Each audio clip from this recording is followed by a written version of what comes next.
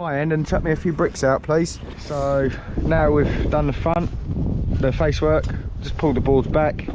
Dot one, 130 cavity, FitzBrick, nicked on one, bit of WD-40, like new again.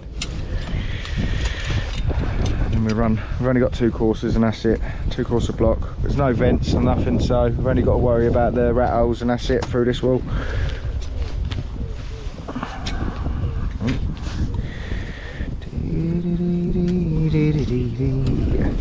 I don't think he's got many left in stock of these FitzBricks, so if you want a set, get them quick because they'll be out of stock in a while, I think.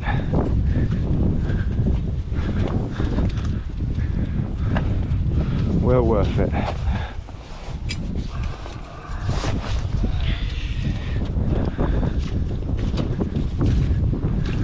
So worth it, the FitzBrick. Amy nicks all 6 of them.